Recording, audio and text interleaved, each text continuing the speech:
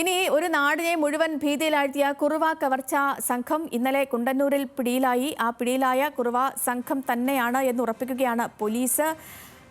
മണ്ണഞ്ചേരിയിലും കോമളപുരത്തും കവർച്ച നടത്തിയത് ഇവർ തന്നെയാണ്. മോഷണത്തിനിടെ മോഷ്ടാവിന്റെ ദേഹത്ത് ടാറ്റു കണ്ടതായി പോലീസിന് മൊഴി ലഭിച്ചിരുന്നു. ഇന്നലെ പിടിയിലായ സന്തോഷ് സെൽവത്തിന്റെ ദേഹത്തും ടാറ്റു കണ്ടെത്തിയിരുന്നു. ഇതോടെ കൊച്ചി നഗരത്തിൽ 100 പോലീസുകാരുടെ നേതൃത്വത്തിൽ വിവിധയിടങ്ങളിൽ പരിശോധന ശക്തമാക്കിയിട്ടുണ്ട്. കൊച്ചിയിൽ നിന്ന് സഹിൻ ആന്റണിയും ആലപ്പുഴയിൽ നിന്ന് മനീഷ് ഐഷ മാത്യുവും ചേരുന്നു.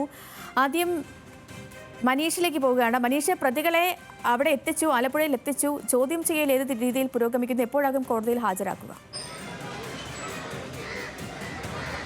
സേതുലക്ഷ്മി, നിലവിലിപ്പോൾ മണ്ണഞ്ചേരി പോലീസ് സ്റ്റേഷനിലാണ് ചോദ്യം ചെയ്യൽ തുടരുന്നത്. ഇന്നലെ ആലപ്പുഴയിലെ AR ക്യാമ്പിലായിരുന്നു പ്രതികളെ എത്തിച്ച് ചോദ്യം ചെയ്തത്. കാരണം ഈ മണ്ണഞ്ചേരി പോലീസ് സ്റ്റേഷനിൽ ചില സുരക്ഷാ പ്രശ്നങ്ങളുള്ളതുകൊണ്ടാണ് അവരെ ഇന്നലെ AR ക്യാമ്പിലേക്ക് കൊണ്ട് ചോദ്യം ചെയ്തത്. ഈ ചോദ്യം ചെയ്യലിൽ നിന്നാണ് ഇപ്പോൾ ഈ കുറുവ സംഘം തന്നെയാണ് എന്നുള്ള കാര്യം സ്ഥിരീകരിക്കുന്നത്. മാത്രമല്ല കോമളപുരത്തും അതുപോലെ തന്നെ മണ്ണഞ്ചേരി ഭാഗത്തും മോഷണം നടത്തിയത് ഇവരാണെന്നും പ്രാഥമിക ചോദ്യം ചെയ്യലിൽ പോലീസ് മനസ്സിലാക്കിയിട്ടുണ്ട്. നിലവിൽ അന്വേഷണ സംഘത്തലവനായിട്ടുള്ള DYSP MR മധുബാബുവിൻ്റെ നേതൃത്വത്തിലുള്ള സംഘമാണ് ഇവരെ ചോദ്യം ചെയ്തുകൊണ്ടിരിക്കുന്നത്. ഈ ചോദ്യം ചെയ്യൽ പുരോഗമിക്കുകയാണ്. ഇതിനുശേഷം പ്രതികളെ ഇപ്പോൾ നിലവിലിവിടെ ഉള്ളത് 2 പേരാണ്.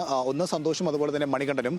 ഇവരെ അല്പസമയത്തിനുള്ളിൽ തന്നെ വൈദ്യപരിശോധനയ്ക്ക് കൊണ്ടുപോകും. അതിനുശേഷമായിരിക്കും ഒരുപക്ഷേ മജിസ്ട്രേറ്റിൻ്റെ ഇടയ്ക്ക് കൊണ്ടുപോയി കസ്റ്റഡിയിൽ വാങ്ങുന്നടക്കമുള്ള കാര്യങ്ങൾ ചെയ്യുക. അതിനുശേഷം തെളിവെടുപ്പ് എന്ന നിലയ്ക്കാണ് ഇപ്പോൾ കാര്യങ്ങൾ പോകുന്നത്. എന്തായാലും പോലീസിന് പ്രധാനമായിട്ടുള്ളൊരു സംശയം ഇവരെ ചോദ്യം ചെയ്തതിൽ നിന്ന് മനസ്സിലാക്കാൻ കഴിയുന്നത് ഇവർ ഏകദേശം ഒരു 50 അധികം വരുന്ന ഒരു വലിയ സംഘമായിട്ടാണ് കേരളത്തിൽ എത്തിയിട്ടുള്ളത്. ഇപ്പോൾ കസ്റ്റഡിയിൽ കിട്ടിയിരിക്കുന്നത് വെറും 2 പേരെ മാത്രമാണ്. അതായത് വലിയൊരു സംഘം തന്നെ ഇപ്പോഴും പുറത്തുണ്ട്. അപ്പോൾ അതിൽ ആരൊക്കെയാണ്, എവിടേക്കാണ് മോഷണം നടത്തിയതെന്നടക്കമുള്ള കാര്യങ്ങളാണ് പോലീസ് ഇപ്പോൾ പ്രധാനമായും അന്വേഷിക്കുന്നത്. ഈ പ്രതികളെ ചോദ്യം ചെയ്തതിൽ നിന്ന് ഇവരുടെ ഈ കണ്ണികളിലേക്കുള്ള ഒരു പ്രധാന തുമ്പ് കണ്ടെത്തുക എന്നുള്ളതാണ് പോലീസ് പ്രധാനമായും ലക്ഷ്യം വെക്കുന്നത്.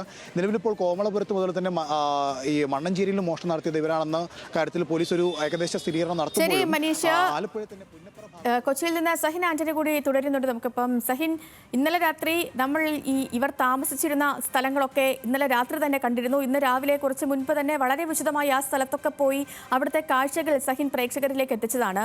ഇന്നിപ്പോൾ ഈ കൂടുതൽ പേർ ഈ പ്രദേശത്തുള്ളതായുള്ള സംശയം പോലീസ് സേനയ്ക്കുണ്ടോ? എങ്ങനെയാണ് പോലീസിന്റെ കുറുവ സംഘത്തെ കേന്ദ്രീകരിച്ചുള്ള അന്വേഷണം മുന്നോട്ട് പോകുന്നത്?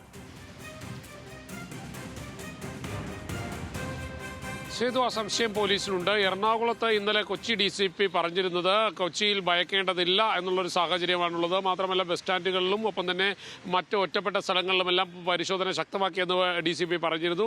പക്ഷേ വൈകുന്നേരത്തോടെയാണ് കൊച്ചി കുണ്ടന്നൂരിൽ നിന്നും 2 പേർ പിടിയിലാകുന്നത്. ഇതോടുകൂടി തന്നെ കൊച്ചി സിറ്റി പോലീസ് അവരുടെ ആക്ഷനിലും ചില മാറ്റങ്ങൾ വരുത്തിയിരിക്കുകയാണ്. 100 പേരെ ഉൾപ്പെടുത്തിക്കൊണ്ട് ഒരു കോമ്പിംഗ് സംവിധാനം നടപ്പിലാക്കിയിരിക്കുന്നു. ഇന്നലെ രാത്രി മുതൽ തന്നെ പല ഭാഗങ്ങളിലായി കൊച്ചിയുടെ പല ഭാഗങ്ങളിലായി പരിശോധനകൾ ശക്തമാക്കിയിരിക്കുകയാണ്. അത് ഇന്നും തുടരുമെന്നാണ് മനസ്സിലാക്കാൻ കഴിയുന്നത്. കൊച്ചിയിലും ഏതാനും ചില ആളുകൾ ഉണ്ട് എന്നുള്ളൊരു പ്രതീക്ഷ തന്നെയാണ് പോലീസിന് ഇപ്പോഴും ഉള്ളത്.